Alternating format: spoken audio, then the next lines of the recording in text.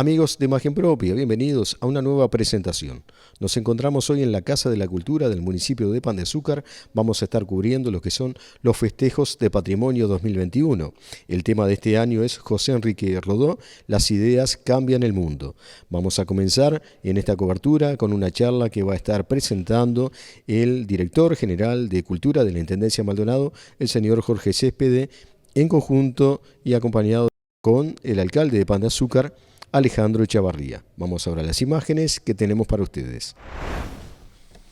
Comenzando con el programa establecido aquí en la Casa de la Cultura y Biblioteca Ricardo Leonel Figueredo, con el público presente a quien le damos la grata bienvenida y con motivo del lanzamiento de las jornadas de patrimonio del departamento de Maldonado, iniciarán la conferencia denominada Vigencia del Pensamiento de Rodó. Serán el doctor general de Cultura, profesor Jorge Céspedes, y el señor alcalde de Pan de Azúcar, Alejandro Echavarría. Bueno, buenas tardes a todos. Muchas gracias a todo el público presente por venir a pesar del día lluvioso y que promete más agua. Gracias al director general de Cultura, gracias a su director general también que nos acompaña. Simplemente darles la bienvenida, las muchas gracias. Nos toca a Pan de Azúcar comenzar con lo que son las jornadas del patrimonio. Gracias por habernos seleccionado para el arranque. Y bueno, nada mejor que el profesor Céspedes para hablarnos de José Enrique Rodó. Gracias a todos por venir. Buenas tardes a todos. Con la mayoría ya nos hemos saludado, ¿verdad? El alcalde hizo una afirmación temeraria. Dijo, nadie mejor que yo para hablar de esto.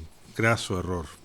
Debo ser de los menos indicados para hablar, porque en realidad voy a comentar la anécdota personal, de la cual uno, en su momento como estudiante, en adolescencia, se empieza a acercar a la figura de Rodó. Y por eso busqué en mi biblioteca, y me costó encontrarlo, pero acá está, esta pequeña edición de Ariel de los años 70, de una editorial argentina, Capeluz.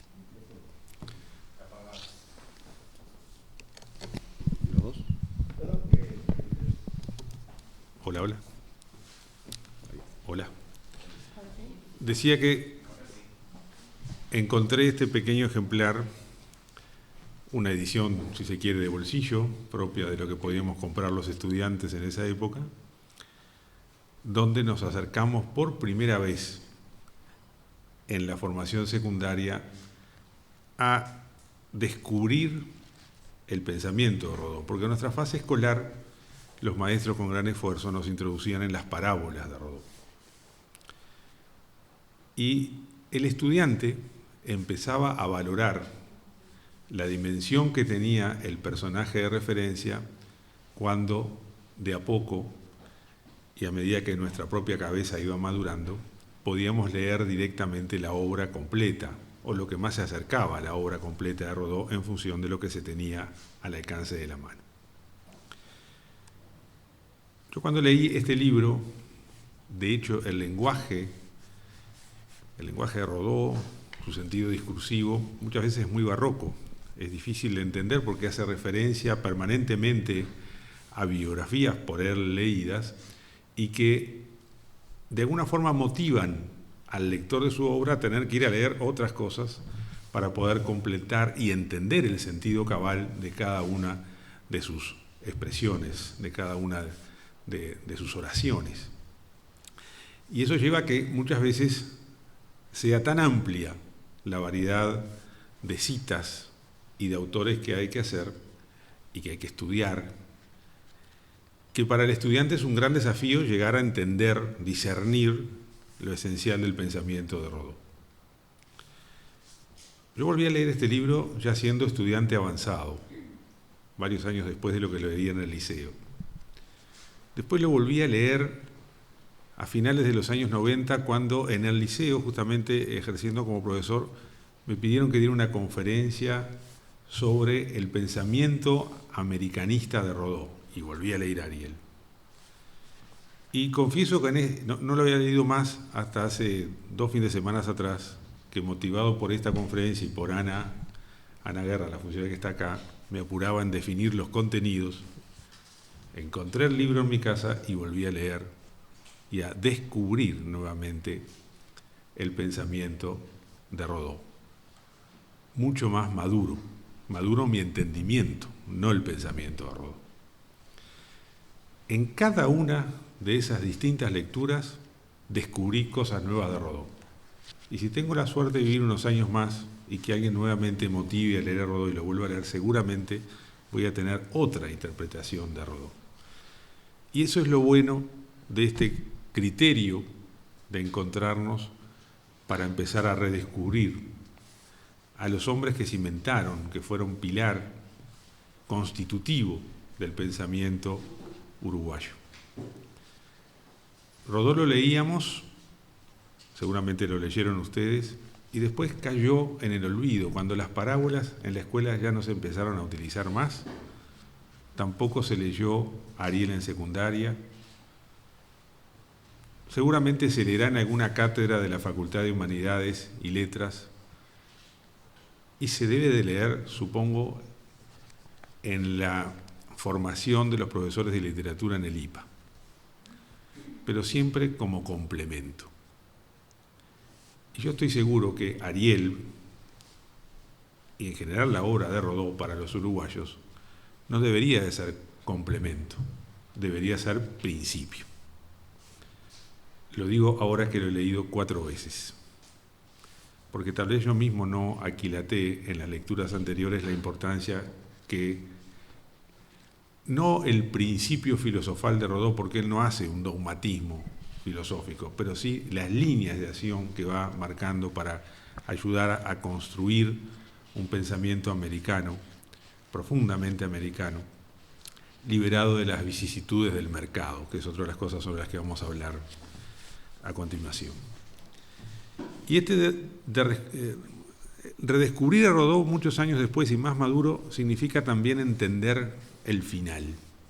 Y yo quiero a esta altura de la conferencia hablar del final de Rodó.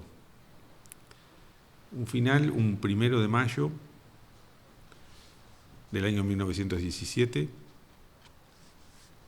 un personaje desconocido en una habitación de un hotel en una isla italiana, donde no tenía contacto con ningún uruguayo, donde la gente que lo atendió el hotel no tenía ni idea de qué era, y tal es así que lo habían confundido con un ciudadano argentino.